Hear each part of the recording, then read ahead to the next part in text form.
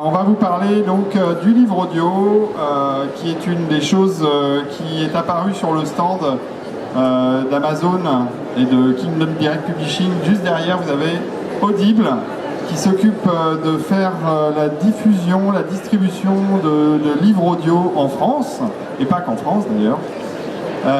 Et moi, je suis le président d'une société qui a un label de production de livres audio qui s'appelle Hardigan. C'est un label tout jeune, tout neuf, puisqu'on a moins d'1 an. On va fêter nos 1 an en juin prochain.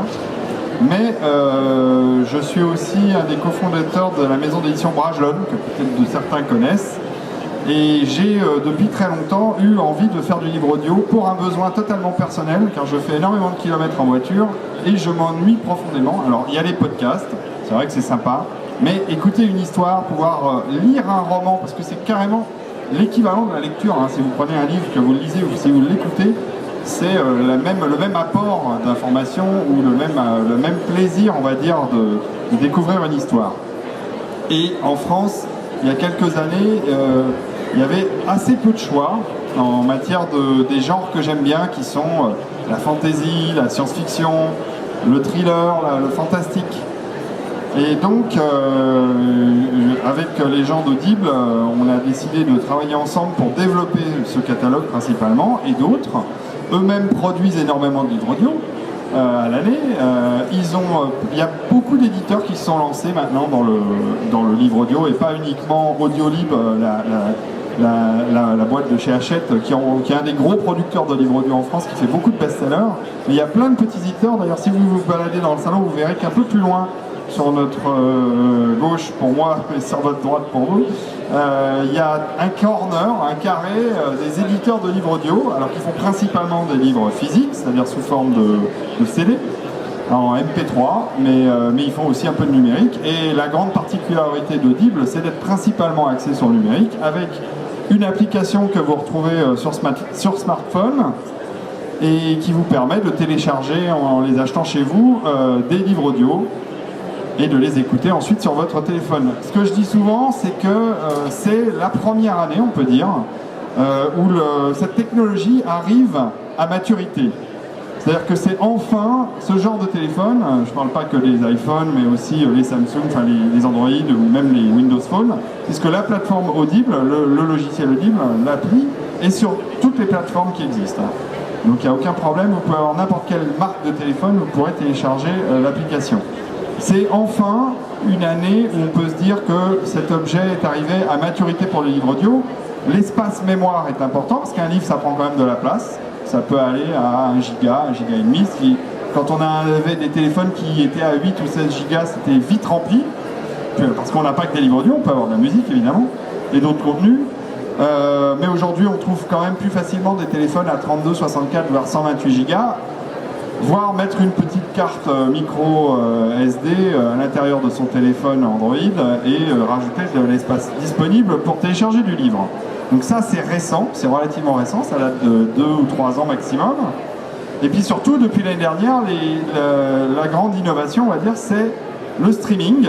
C'est-à-dire qu'on peut commencer à écouter un livre audio dans sa bibliothèque de livres audio, même si on est dehors, avec de la 3G ou de la 4G. Aujourd'hui, avec Free et avec même les autres opérateurs, les forfaits en data ont explosé. On est à 10, 15, 20 gigas, voire plus. Et donc là, on ne regarde plus trop à la dépense de ces datas pour pouvoir commencer à écouter du livre ou écouter de la musique avec Deezer, Spotify, enfin, je pense à tous les modes de streaming possibles.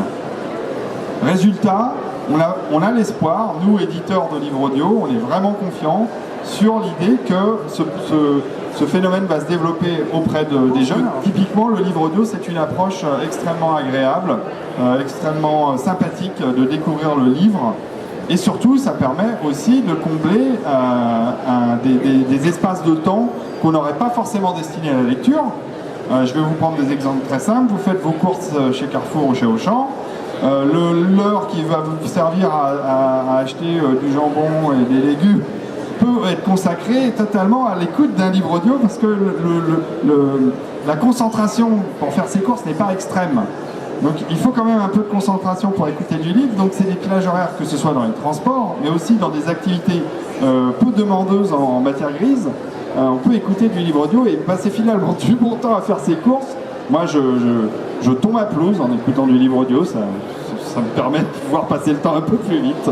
Mais il y a plein d'activités qui permettent d'écouter du livre audio et donc d'être dans la lecture à n'importe quel moment de la journée.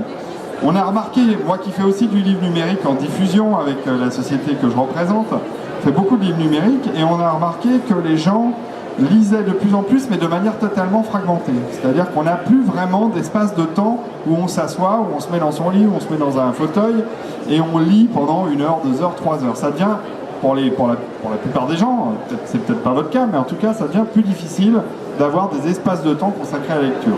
Et donc la fragmentation de la lecture, elle est pratique grâce au numérique, c'est-à-dire qu'avec un téléphone ou avec sa liseuse, on peut se mettre à lire un peu n'importe quand. Mais c'est aussi le cas avec le livre audio, c'est un des grands avantages, c'est que grâce à l'application Audible, mais j'imagine que c'est partout pareil, mais en tout cas sur l'application Audible, on est en train de lire, on arrête la lecture, on reprend là où on en était, on fait même autre chose avec son smartphone, on revient à l'application, on ne perd pas son chapitre, son moment de lecture, quel que soit le livre. On peut évidemment démarrer plusieurs livres et reprendre à l'endroit où on en était juste à la dernière fois qu'on a écouté. Donc ça c'est quand même très pratique. Ça permet de fragmenter son écoute de la lecture et quand même d'avancer dans des livres qui font en général, pour un roman, j'ai remarqué qu'on était entre 10 et 20 heures de lecture. Bon, quand c'est Stephen King, on est plutôt à 25 voire 30, mais c'est quand même 30 heures de plaisir. Mais en général, un roman moyen, c'est entre 10 et 20 heures d'écoute. Pour les romans courts, c'est vers 8 heures, 7 heures. Donc ça représente du temps, mais un temps qu'on peut adapter à son écoute grâce à tous ces appareils modernes. L'envie que nous on avait chez Hardigan au niveau de notre catalogue, ce qu'on avait envie de développer, c'était donc, comme je vous disais, les genres qui me sont chers, c'est la science-fiction, la fantasy, le fantastique et évidemment le travail de François Descraques et de Slimane Baptiste-Beyrouth sur la meute était parfaitement adapté à la lecture audio. C'est ce que tu penses, toi, ça rentrait bien après la web-série, après donc le livre d'abord numérique puis papier, vu le succès. Le livre audio, ça te paraissait une évolution évidente. Oui, c'est sûr que pour tous ceux qui ont vu la série, faire la bascule vers la version papier, c'était, je pense, un effort. Pour certains, c'était automatique, pour d'autres, c'était très compliqué. La version audio, c'est un peu l'entre-deux qui permet de retrouver au moins les intonations de certains personnes, enfin moi en tout cas, vu que c'est moi qui lis, et de Castafolt, vu que c'est son point de vue qu'on suit tout au long du bouquin. Donc c'est une sorte un petit peu d'entre-deux entre la version tout papier et la version vidéo. Et d'ailleurs, c'est marrant parce que je regardais alors, je vais encore citer Apple, hein, mais je suis un peu un Apple fan, il faut me pardonner.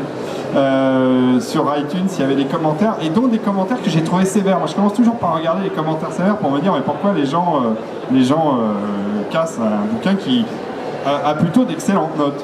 Et dans les commentaires sévères, il y en a qui disaient ah ouais mais le bouquin c'est facile, allez-y, prenez votre caméra, allez tourner des épisodes supplémentaires.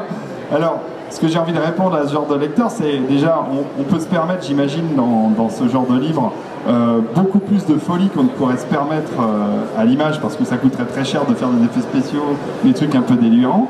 Et puis ensuite, ben voilà le livre audio qui arrive, donc comme tu disais, tu rattrapes un peu le chemin vers la vidéo, vers la web-série, et ça va peut-être combler les espoirs de quelques lecteurs en colère.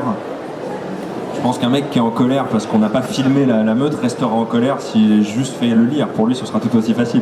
Ce qui est sûr, c'est qu'on a vraiment pensé ce livre avec François pour que l'histoire soit faite pour le livre. C'est-à-dire que c'est pas un produit dérivé, c'est vraiment une histoire à part entière qui n'existera que sur ce support-là. Parce que, comme tu le disais, on ne peut pas se permettre d'avoir 30 enfants à l'image, de couper les Champs-Élysées et de détruire Paris. Bon, bah là, dans le bouquin, on peut le faire, parce que moi, ça me prend 5 minutes de l'écrire. Voilà, en vidéo, c'est pas possible. Donc vraiment, La Meute, c'est un format qui était pensé tant dans sa structure que dans ce que ça raconte. Alors il y a le côté logistique, mais il y a aussi le fait qu'on parle de la jeunesse du personnage principal du Visiteur du Futur. Et le fait de parler de la jeunesse du personnage principal, ça impliquerait un autre comédien, et chacun a une image en tête du visiteur jeune. Et ça ne peut pas marcher, sauf si cette image elle est directement dans votre tête. Donc plutôt que de la filmer, on l'a mise dans le bouquin. Parce que c'est le seul endroit finalement où on peut ne pas être déçu en se disant ah mais moi je pensais pas qu'il était comme ça. C'est assez intéressant. Déjà c'est un boulot de comédien. parce que moi je suis comédien dans la série, mais là je dois faire et le narrateur, et mon personnage, et tous les autres personnages. Et c'est une sorte de demi-jeu à trouver, où il faut donner de l'intensité, mais sans chercher à singer les autres personnages, puisque c'est pas moi qui les interprète dans la série, ça sert à rien de faire comme si, mais donner les intensités, tout en laissant une part à l'imagination, trouver en fait un bon point de neutralité pour faire vivre l'histoire sans trop l'imposer non plus. Donc voilà, déjà ça en tant que comédien c'était une expérience hyper intéressante, et puis de l'écouter au long cours aussi, ça a permis à l'auteur de se rendre compte des moments qui marchaient bien, qui étaient fluides, des faiblesses, des tournures de phrases que j'utilise un peu trop souvent. C'est une sorte d'auto-analyse en fait, et c'est très intéressant de voir que ce qu'on entend dans sa tête quand on l'écrit n'est pas forcément ce qu'on entend quand on le dit à haute voix derrière nous. Maintenant je me suis dit que j'allais écrire à haute voix, comme ça je peux les deux en même temps. Ça t'a pris combien de temps en tout la lecture, et in fine, Yann, notre ingé son, il t'a dit que ça ferait à peu près un bouquin de quelle durée? Alors je crois qu'il m'a dit que ça ferait à peu près une dizaine d'heures.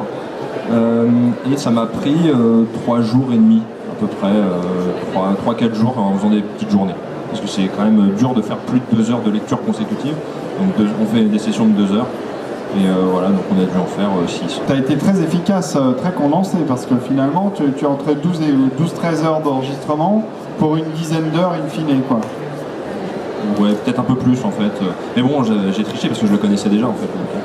Et oui, c'est un des avantages d'être l'auteur du livre, c'est qu'on connaît son livre, alors qu'un comédien va le découvrir, va faire probablement avoir plus de difficultés à le lire. Nous, on a travaillé avec plein de comédiens professionnels, de genres très différents, enfin d'origines très différentes. Alors il y a toi, Slim, qui est l'écrivain et le comédien dans la série, donc ça c'est quand même très particulier. Mais on a eu la voix de Buffy quand on a fait les épisodes de Buffy. Son nom m'échappe à l'instant, mais c'est pas grave, qui est une voix de doublage, donc c'était encore un travail différent de celui qu'on a avec un comédien plus traditionnel. Et puis on a eu un de nos comédiens préférés, c'est Nicolas Planchet, qui a une voix extraordinaire. Si vous avez envie de vous faire plaisir, écoutez les David Gemmell, les romans de fantasy, ou son dernier, L'Arche de Boyd Morrison. Donc il a une voix très grave, très posée, il a une voix extraordinaire, Nicolas. Et alors Nicolas, lui, il enregistre chez lui. Ce qu'on va faire, c'est qu'on va faire un petit peu de lecture, puis on reviendra à toute cette expérience après. Donc tu nous as choisi un passage bien particulier, parce que c'est un passage qui n'est pas dans la version numérique. C'est un chapitre bonus qui est une histoire à part entière, et dont voici le début. L'ombre s'était encore allongée. Combien de temps avait-il pu se passer? 1 heure? Peut-être 10? On n'en avait pas la moindre idée. D'un mouvement là, il se mit sur le flanc, les mains nichées sur son oreiller de fortune. Le matelas était si fin qu'il pouvait clairement sentir les lattes métalliques qui constituaient le sommier de sa couche. La lumière qui lui parvenait de la rue tirait à présent vers le rouge, agrémentant sa cellule d'une douce ambiance de fin d'après-midi. Les râles, qui l'avaient tenu en éveil toute la journée, avaient fini par se faire plus rares, le repas ayant apaisé les estomacs rageurs. Il leva les yeux, luttant contre le désespoir. Les choses étaient-elles appelées à se terminer ainsi? Un profond sentiment d'injustice lui crispa la mâchoire. Pourquoi l'audace n'était-elle récompensée que dans les films? Les questions qui l'assaillaient ne trouveraient certainement jamais de réponse. Lentement, il sentit la crispation de ses poings s'amenuiser, ses paupières se détendirent, le sommeil le gagnait enfin. Dans un dernier éclair de conscience, Freddy Castafol tâcha de retracer les événements qui l'avaient conduit jusqu'ici. Peut-être qu'en reprenant l'histoire depuis le début, serait-il à même d'en rêver la suite et de lui donner corps? Les rêves pouvaient-ils influer sur la réalité? Au fond, il n'en savait rien. Pourtant, les rêves avaient guidé ses choix depuis le début. Du plus longtemps qu'il pouvait se souvenir, là-bas, à la ferme, où il aurait pu rester, où il aurait dû rester, Freddy Castafol n'avait jamais été un bon garçon de ferme. En réalité, il n'avait jamais été un bon garçon non plus. Ni même un garçon. Freddy Castafol avait toujours été un robot, comme tous les Castafol. Il avait été livré à la petite exploitation agricole de la famille Barderon au début du XXIe siècle lors de la grande promotion à moins 20%. Sautant de joie comme sur l'aubaine, Denis Barderon avait réalisé une bonne affaire compte tenu de la conjoncture. Il attendait beaucoup de cet investissement qui restait coquet malgré tout. Ce petit, c'est une coquette somme malgré tout, aimait-il à répéter avant de partir d'un rire gras et stéréotypé. Ses compagnons de soirée, tout aussi champêtres et avinés, brisaient alors les bouteilles qu'ils tenaient en main, grisées par la plaisanterie. Sur leur ventre ou leur visage, l'endroit importait peu, l'histoire n'étant plus très sûre de la véracité des événements. Freddy avait donc bouté pour la première fois le 25 décembre 2132. Il s'en souvenait très précisément. Techniquement, Freddy s'en souvenait en Full HD. Il revoyait parfaitement le visage de sa sœur, Géraldine Barderon, en pyjama, béate d'admiration. Elle serrait la main de son père, qui lui non plus ne le quittait pas des yeux. Pour une raison qui lui échappait, il ne se souvenait pas des événements précédant cet instant. Mais il était certain d'une chose, il avait dû faire le show. Et pas qu'un peu, pour que la famille entière le regardât de la sorte. De fait, cela restait un très bon souvenir, probablement l'un des meilleurs de sa vie. Pour Denis Barderon, le père, c'était également un bon souvenir. Peut-être pas le meilleur, mais très certainement dans le top 3. Le top 3 des meilleurs souvenirs de Denis Barderon n'avait jamais été composé jusque-là que d'événements liés à Francis Cabrel. Pour la première fois, Noël, expérience familiale par excellence, devenait un bon souvenir. Cette entrée fracassante dans le panthéon des bons souvenirs de Denis Barderon avait non seulement dû surprendre jusqu'à Cabrel lui-même, probablement persuadé d'être hors de danger depuis longtemps, mais surtout fait marrer les oiseaux qui s'envolent. Denis Barderon avait cherché le regard humide de sa femme. Tous partageaient la même émotion. Cette saloperie de machine allait trimer pour eux jour et nuit. Dans un mimétisme quasi animal, de larges sourires carnassiers avaient alors bardé les visages de la famille. Ces sourires, Freddy ne devait jamais les oublier. C'était au reflet de ses dents jaunies qu'il avait pris sa décision. Il consacrerait sa vie au spectacle. Il voulait donner de la joie et de l'amour, comme il venait d'en donner à sa propre famille. La vie était dure à la ferme. Bien sûr, il donnait de l'amour. Aux poules, sous forme de grains. Aux vaches, à grands coups d'aller et vient sur les pies. À sa famille, enfin, en leur permettant de faire la grasse matinée à peu près tous les jours de la semaine. Pourtant, Freddy sentait qu'il n'était pas à sa place. Sa vie ne prenait pas la tournure qu'il espérait et il ne pouvait lutter contre un profond sentiment de désespoir. Ses seuls instants de joie étaient lorsque, à l'abri des regards, il effectuait quelques pas de danse en lançant le grain au gallinacé. Il se surprenait à mimer le déhanché des chanteurs antiques de l'ère disco qu'il avait découvert sur des jaquettes de disques laser au grenier. Il n'avait pas bien compris ce que ces disques avaient eu de laser, mais il avait été totalement conquis par les habits de lumière de ces artistes d'un autre siècle. Ces pantalons moulants aux extrémités évasées, ces débardeurs scintillants s'arrêtant au-dessus du nombril, ces casquettes de cuir brillants, tout cela avait suscité chez lui une émotion profonde. Aussi, lorsqu'il était seul, aimait-il se risquer à imaginer comment ces artistes avaient pu danser. Il tendait les bras dans une diagonale parfaite, la croupe légèrement cambrée, et un nuage de grains s'envolait au-dessus de lui. L'espace de quelques minutes, Freddy Castafolt ne voyait plus une mangeoire sale et bruyante, mais un dance floor où les paillettes pleuvaient sur ses cheveux bouclés. Un genou à terre, il trayait les vaches, sourcils foncés et battant du menton une mesure imaginaire. Il se voyait portant veste de cuir et moustache, dispensant de généreuses claques sur les postérieurs bovins étonnés. Un tabouret devenait un podium, une queue de vache était un micro. Un jour, son père avait débarqué sans prévenir, tandis qu'il terminait un solo à califourchon sur la clôture des vaches. « Que fais-tu » avait demandé Denis en roulant les airs. « Je donne à manger aux vaches » avait bredouillé Freddy en descendant de son perchoir. « Mange plutôt ça » avait rétorqué son père avant de lui faire parvenir une paume de main calleuse et rustique en plein visage. Denis n'avait jamais brillé par sa répartie. Celle-ci, en revanche, brillait fréquemment sur les joues de Freddy. « Tu n'es pas un chanteur, tu n'es pas un artiste, tu n'es même pas mon fils » avait dit Denis. Puis, dans un geste incompréhensible, il avait déboutonné son ceinturon. Freddy avait d'abord pensé à une correction plus généreuse, comme cela arrivait les soirs où son père rentrait éméché. Mais à défaut, avait murmuré Denis, une étrange lueur dans le regard. Lorsque le pantalon avait claqué sur les chevilles paternelles, Freddy avait compris que quelque chose de terrible se profilait. Quelque chose qui heurtait sa morale. « Ta mère vieillit, » avait continué le père, « et moi j'ai des besoins. Alors rends-toi utile. Sois un bon garçon. » Le caleçon était tombé à son tour, et Freddy avait tourné les talons, horrifié. Bravo.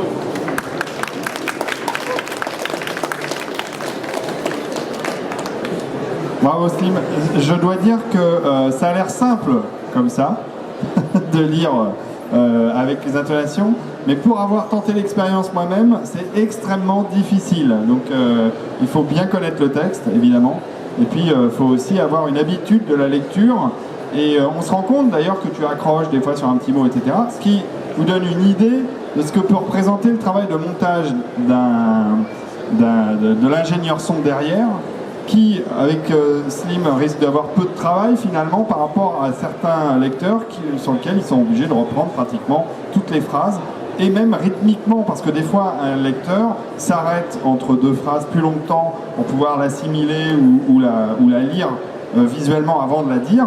Et donc tout ça, ça doit être remonté dans le logiciel de montage audio pour que la lecture soit fluide et que les respirations entre les mots, entre les phrases soient à la bonne durée. Et ça, c'est un travail énorme. Ça représente 2 fois ou 3 fois le temps d'écoute complet du livre, ce qui fait qu'un monteur va peut-être passer sur un bouquin de 10 heures, va peut-être passer 20 heures, 25 heures ou 30 heures à faire le montage. Et tout ça, ça vous donne une idée de la complexité de faire du livre audio. Quand on achète les droits d'un livre pour le faire en audio, d'abord ce sont ce qu'on appelle des subrights, c'est-à-dire des droits hérités de l'éditeur pour faire du livre audio. Ils peuvent aussi donner des droits pour faire du poche, par exemple, quand ils ont un grand format. Donc le livre audio, ça rentre dans la catégorie des droits hérités des droits originaux d'un livre. Il faut déjà les négocier avec l'éditeur, pas forcément avec l'auteur. Et ensuite, il y a un cadre assez strict pour faire le livre. On pourrait croire qu'on a la possibilité de mettre des fioritures, des effets sonores, de la musique, des ambiances. C'est pas du tout le cas. La plupart des gens qui gèrent ce genre de droits nous imposent, et c'est en fait normal, d'avoir une lecture la plus neutre possible pour que ça soit comme vous, quand vous êtes en train de lire un livre, que ce soit une musique dans la tête, et non pas, on n'essaye pas d'influencer le texte avec une ambiance sonore, des effets spéciaux, des effets sonores. Donc ça doit être respectueux du texte, ça doit être intégral, ça doit être relativement neutre, mais en y mettant quand même les formes. Donc c'est un exercice difficile. Et donc, produire un livre audio, avoir une voix, avoir la bonne voix, avoir le bon montage, la bonne qualité de sonore, ça représente un investissement qui est assez conséquent. Et on espère que le marché va se développer parce qu'aujourd'hui, on est clairement devant un marché qui est limité en France, des gens qui ne sont pas forcément intéressés par la chose, ou surtout qui ne le connaissent pas. Je pense que c'est une méconnaissance du public pour ce type de format. Et on espère qu'avec les années à venir et avec l'évolution des technologies, ça va se répandre et que beaucoup plus de gens vont avoir accès au catalogue des livres audio et donc qu'on pourra produire plus facilement ces livres parce que c'est aussi compliqué de les produire. Est-ce qu'il vous est venu à l'esprit de faire plusieurs essais sur un chapitre ou est-ce que des auteurs fonctionnent comme ça, en faisant plusieurs essais sur un chapitre et compilent ensuite le montage, comme on ferait plusieurs prises de vue dans le cinéma? En fait, je reprends les phrases dès que je suis pas satisfait de l'intonation. Alors je fais 3 intonations différentes de la même phrase, mais pas chapitre par chapitre. Je le fais à l'oreille. Alors quand j'accroche, je le refais tout de suite. Et quand j'ai fait une phrase et que je vois qu'avec celle d'après, par exemple, où je me dis, dans ma tête, c'était pas exactement comme ça, ou souvent, je lis la ligne de dialogue et ensuite, il y a une indication de tonalité. Genre, dit-il d'un ton, machin. Moi, j'avais oublié que j'avais précisé, donc je refais le ton, machin, ce qui fait que ça devient redondant un peu. Déjà, je fais une version qui, moi, me satisfait. Et après, je fais, quand j'ai le temps, ou quand j'arrive pas à être sûr, je fais 2-3 intonations différentes et c'est l'ingé son qui choisira, parce qu'il a plus d'expérience. Mais c'est important d'avoir cette oreille extérieure, parce que déjà quand je lis, des fois je transforme des mots, je me rends pas compte que je change de mots. Et ce qui moi me semble évident ou me semble très clair, des fois lui peut me dire attention, là t'es allé un peu vite là-dessus, ça mérite vraiment d'isoler ce mot-là pour qu'on le comprenne bien. Voilà. Je voulais savoir si tu avais d'autres projets d'écriture en dehors du Visiteur du Futur. Oui. En fait, c'est une expérience qui m'a beaucoup plu parce que, à la base, j'ai toujours aimé écrire et c'est pour ça que j'en suis venu à faire du scénario, à faire des films. C'est que j'aimais manipuler la caméra, j'aimais écrire et donc forcément écrire des films, c'est devenu un petit peu la compilation des deux. Mais avec cette frustration de ne pas avoir beaucoup de place parce que sur des scénarios de format court, notamment, on a 8 pages et c'est extrêmement fonctionnel. On n'a pas de fioriture, on n'a pas de description, on n'a pas de style à proprement parler. Donc ça fait 10 ans que j'écris du scénario et avec la meute j'ai pu renouer avec mes premières amours, à savoir l'écriture plus romancée. Je me suis dit mais en fait j'aime vraiment ça.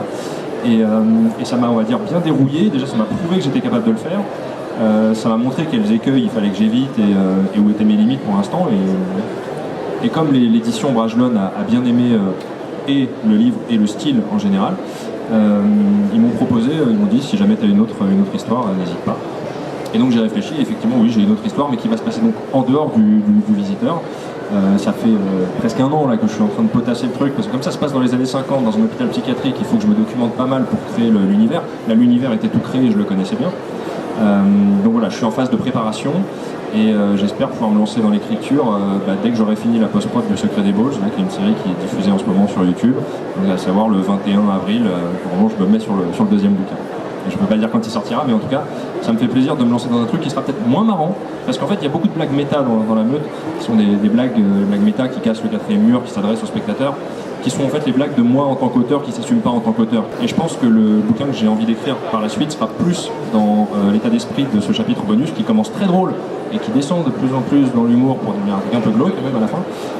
Donc voilà, ce sera pas du tout la même tonalité, mais en même temps ça fait partie de casser un peu le plafond de verre que nous impose aussi Internet, qui est l'humour. On est obligé quasiment de faire de l'humour, ça fait des années qu'on fait de l'humour. Progressivement, on arrive dans nos séries d'humour à introduire du premier degré, à introduire du drame. Et là, le bouquin, c'est un endroit où j'ai envie d'aller vraiment explorer autre chose. Vous pouvez retrouver évidemment donc, la meute à partir de fin avril, vers le 20 avril sur audible.fr, enfin sur l'application Audible. Si vous voulez vous en savoir plus sur Hardigan, notre label, ce que nous faisons de manière générale, eh bien, il y a un site internet, hardigan.fr, il y a un Facebook, Play Hardigan, il y a un SoundCloud et il va bientôt y avoir un channel YouTube. Donc Hardigan commence à se répandre un peu partout sur les réseaux sociaux. Et on va continuer à produire énormément de livres de genre, de livres comme La Meute ou d'autres genres de la science-fiction et de la fantasy. Et on est vraiment, vraiment ravis que Slim t'ait accepté de le lire, parce que c'est exceptionnel d'avoir la chance d'avoir un auteur qui est aussi un acteur. Parce qu'il y a beaucoup d'auteurs qui s'essayent à lire leurs livres, mais vu qu'ils ne sont pas des acteurs, c'est pas toujours convaincant. Et là, on a eu la chance d'avoir les deux, donc merci encore beaucoup de ta participation. Et puis merci à vous d'être venus nous écouter ce matin. J'espère que vous allez vous plonger dans le livre audio. Sur les sièges, vous avez vu qu'il y a des petits flyers avec la jaquette de La Meute qui vous permettent d'accéder à un livre gratuit, ce qui est la formule chez Audible, c'est quand on s'inscrit, on a un livre gratuitement, et je vous recommande réellement de le faire. Ça vous coûte rien et ça vous permet de mettre le pied à l'étrier au livre audio. Et je vais vous dire, moi qui ai mis le pied à l'étrier depuis longtemps, j'ai un peu poussé mes collègues de bureau qui se sont lancés avec moi dans cette expérience du livre audio à en écouter, et depuis ils sont tous accros, hein. C'est bien, j'ai converti tout le monde. On est 8 chez Identez dans notre société, et la plupart écoutent maintenant du livre audio, donc c'est convaincant, on va dire que c'est convaincant. Un mot de conclusion, on te retrouve bientôt donc à l'écran avec une nouvelle série. Oui, donc il y a une série en ce moment sur YouTube qui s'appelle Le Secret des Balls, qui va être diffusée jusqu'à début mai. Et il y aura sûrement une projection au cinéma le 21 avril, donc, au Max Linder, voilà, à Grand Boulevard. Donc je vous le dis parce que quand le truc va sortir, il n'y aura pas de place, ça va partir en 2 heures. Donc si vous voulez être gaffe, ça sortira la semaine prochaine, je pense, sûrement. Voilà, et puis après je pars en écriture. Et je voulais dire, je suis très content d'avoir pu faire cette expérience de livre audio, parce que j'ai toujours voulu faire du doublage, et quelque part c'est une autre forme de travail de doublage. Donc voilà, après on verra ce qu'en disent les lecteurs, ceux qui trancheront, mais en tout cas moi j'ai pris beaucoup de plaisir à le faire. Eh ben, c'est super, ouais. Le Max Linder, c'est probablement une des plus belles salles de France. Il y a déjà eu le Visiteur du Futur qui avait été projeté là-bas. Donc ça vaut le coup d'aller, de guetter donc ton compte internet. Tu as un compte Twitter sur lequel tu communiques ce genre d'informations quand les places seront mises en vente, par exemple. Oui, @slimberoun. @slimberoun. Et puis il y a aussi un compte Twitter Hardigan, @hardigan. Donc c'est assez facile. Et ben voilà, merci. Et puis bonne journée au Salon du Livre.